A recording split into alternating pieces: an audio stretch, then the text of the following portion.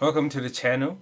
Tonight, we'll tear into Guillermo del Toro's 2025 Frankenstein, one of the most anticipated and brutal movies of the year. We watched it, we absorbed it, and now we're breaking down every monstrous moment. Before we dive into the ice, smash that like button, subscribe, and let's go! The movie drops us straight into the action in 1857. A Danish Royal Navy ship, the Horizon, is utterly paralyzed, locked solid in the Arctic ice. The crew, digging their way to exhaustion, spots a fire cutting through the distance. Of course they investigate. It's basic white people stuff, right? You see red liquid staining the pristine snow, and moments later, the main character is pulled out of the cold. The injured, desperate Baron Victor Frankenstein. But before Victor can even shiver, they're immediately chased by a massive hooded dude tearing through the snow. They empty their guns into him, but he eats those for breakfast. Then now you fucked up! Let's put him belt to ass, just having his way. Get over here! Get over here! Help! Total chaos. Then he climbs onto the ship and he just points. What's that? What are you doing? Get him. This weird pause gives the crew just enough time to load some makeshift weapon and blast him off the deck. He gets up, completely unfazed, and starts tilting the massive ship with terrifying ease. They finally manage to shoot the ice under his feet and he sinks. Help me! Victor then reveals the shocking truth to the captain. He created the hooded dude. Now we get his backstory. This is young Victor. His father, Leopold, was a baron and a brilliant surgeon who married Victor's mom purely out of convenience. Straight up gold digger.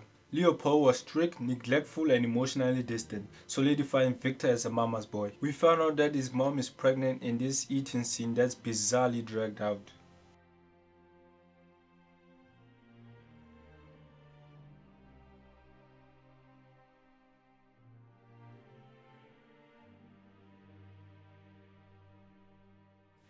The parents argue constantly, and we'll realize that Victor is studying surgery, but likely not by his own choice. Then his mother goes into labor and heartbreakingly passes away, though the baby survived, named William. Leopold naturally immediately favors the new boy, and this is the moment Victor's cold, ego-driven motivation to conquer death is born. His family's fortune dwindled, especially after Leopold's death, and the two brothers were separated. Victor goes to London, where his increasingly fringe theories of reanimation finally gain traction. He actually successfully wakes up a dead person, but his radical research is denied by the establishment. Crucially, it catches the eye of Henrich Harlander, a wealthy profiteering arms manufacturer. Harlander agrees to fund Victor's highly secretive project, assembling a new life form from various, and I mean various, body parts. At dinner, William introduces Victor to his fiancée, Elizabeth. She challenges his entire ego-driven theory on life and death. Meanwhile, the creature, our hooded dude, is already circling the ship in the present day. Back in the past, Victor starts his forbidden work in an old castle. He's scavenging body parts from the gallows. But then Victor sees Elizabeth go to a church and decides to stalk her. I'm sorry, what? Then he pulls a total psycho move and poses as a priest in the confession box. And what does she confess? That William is controlling and totally terrible. But wait, it turns out she knew it was Victor the entire time. Then they have dinner. Whoa, I think Victor's trying to steal his brother's girl. Do not approve. Elizabeth shares a genuine intellectual interest with Victor. Look at this man.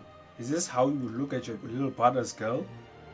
Anyway, then he wants to dance and she says, only now? They share a definitely not appropriate dance. Then the possessiveness ramps up. Victor goes buying equipment and tells William to stay put so he can spend time with Elizabeth.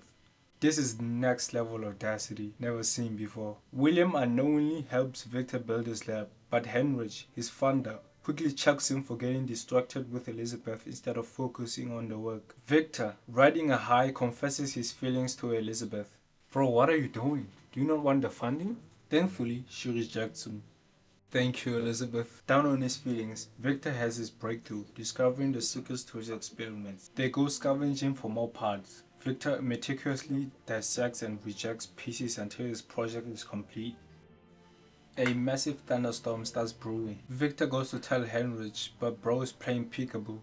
Victor gets mercury out of Henrich's staff, and we find out that bro has syphilis. Look at this poor guy's head. He's dying and he reveals he wants his brain put inside a monster. And Victor goes, I'm like, nigga, nah. We get our iconic scene of Frankenstein setting up the lightning rod. Henry tries to convince Victor, but Victor is standing 10 toes down. So Harlander tries to sabotage the project. He falls down this hole and just ends. We get the malfunctions. The lightning strikes and it doesn't seem successful. The next morning, however, the creature is up. He's slow, innocent and confused. Victor, instead of embracing his creature, recoils in disgust and chains him up. We get to see this scene of Victor shaving the creature's head. And bro shows us that he's self-harming and can't feel pain. His wounds heal quickly. Elizabeth and William visit the castle since they haven't heard from Harlander. He tries to pull her up to show her the research. Elizabeth asks about Harlander, but Victor dismisses her. Elizabeth wanders off and she finds the monster. She confronts Victor, demanding he unchain him. And I think the monster also wants Elizabeth. Prove me wrong. The creature, seeing Elizabeth's kindness, makes huge intellectual leaps. She shows him compassion, making him feel seen, which accelerates his development far quicker than Victor intended. Victor orders Elizabeth to stop visiting, and she tries to convince him to unchain the creature. Victor's response? I'm like, nigga, nah. He launches in this ridiculously self-pitying rant.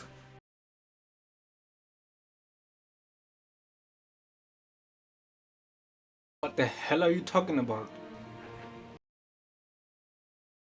He starts abusing the poor thing. The creature finally snaps and bends the metal bar with ease. Victor, scared, shows William Henrich's body and tells him that the monster did it. William and Elizabeth leave, and Victor, in a moment of panic, starts pouring gasoline all over the castle and lights it with the monster still inside. Poor dude. Victor has second thoughts, but it's too late.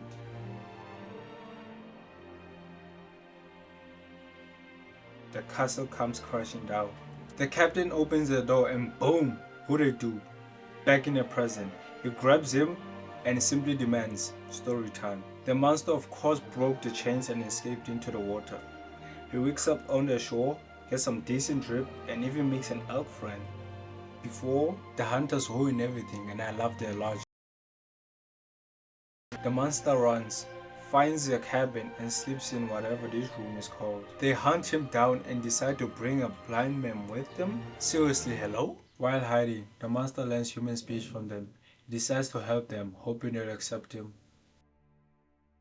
Would never be me. Then a pack of wolves run into the cabin, hunting a sheep. The locals immediately grab their guns and start emptying their clips. The people leave the cabin and abandon the old man. The old man, unable to see the creature's monstrous appearance, is totally accepting. He teaches the monster how to read. Just look at this. Beautiful, pure moment.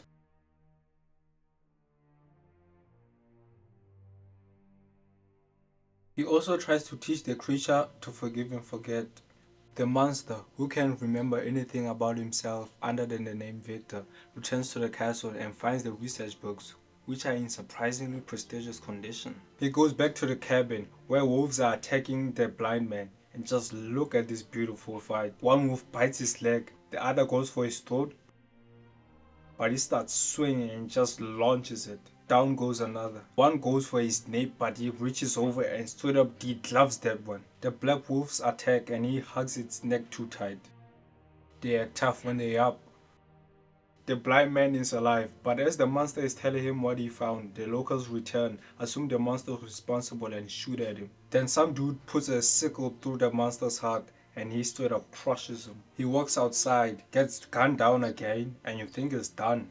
But then he wakes up again, meaning he is immortal, and he is pissed because Victor has forced him to live this cursed life forever. Victor wakes up from a nightmare and they prepare for William and Elizabeth's wedding. Victor goes to Elizabeth's room and tells him he's over her, and she makes it crystal clear she doesn't like Victor at all. He takes the walk of shame and sees that his balcony door is open. We already know why. The monster is back for revenge.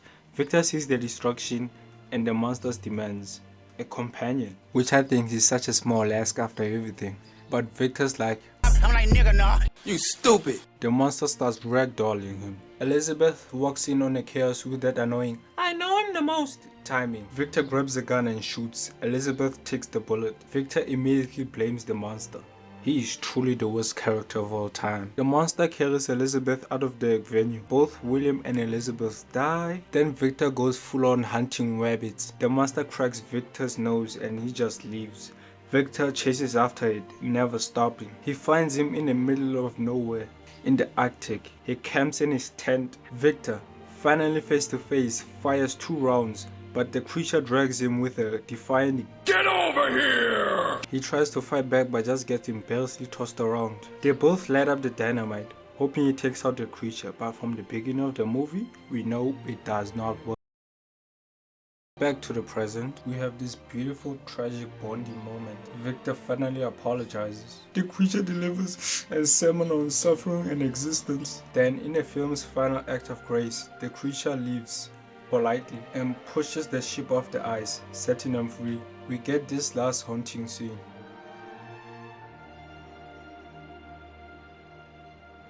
Fade to black. Man, this film is a powerful tragic masterpiece. The depth was perfect and the theme of the disposable creature gave me flashbacks to Mickey 17.